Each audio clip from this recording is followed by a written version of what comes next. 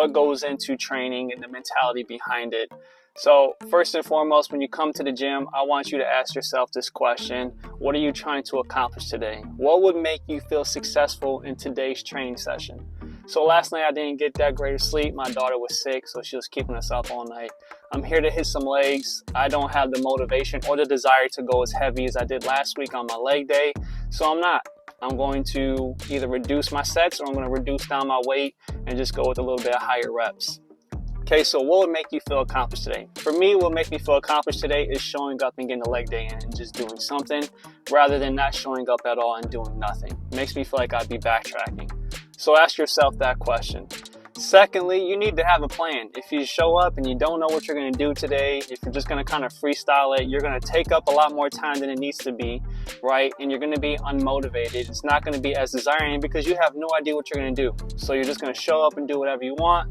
That's not necessarily training, that's exercising. And we can talk more about that later. Thirdly, the mentality behind actually training. Challenge yourself, number one. So your sets and your reps, you want to have yourself a difficulty scale. So 10 is really, really high, really hard. That's high difficulty. 1 is low difficulty. If it's not challenging you, then it's not changing you. That's a quote that I learned. I don't know whose quote that is. But if it's not challenging you, it's not changing you. So why are you doing it if it's not making you any better?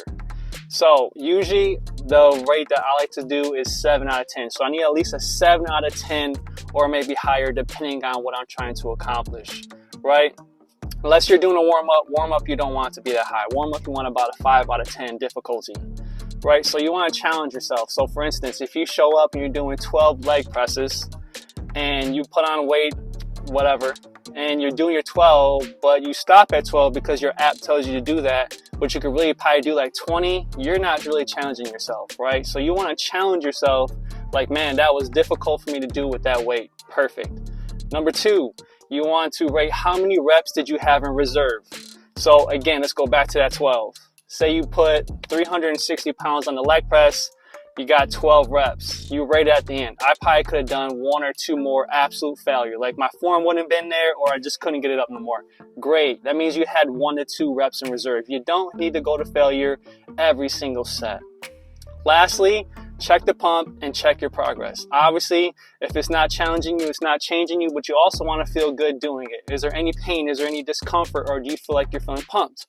Okay, and then also monitor your weight. Are you making progress? Are you going up in your weight? Are you going down in your weight? Or are you going up in your reps, down in your reps?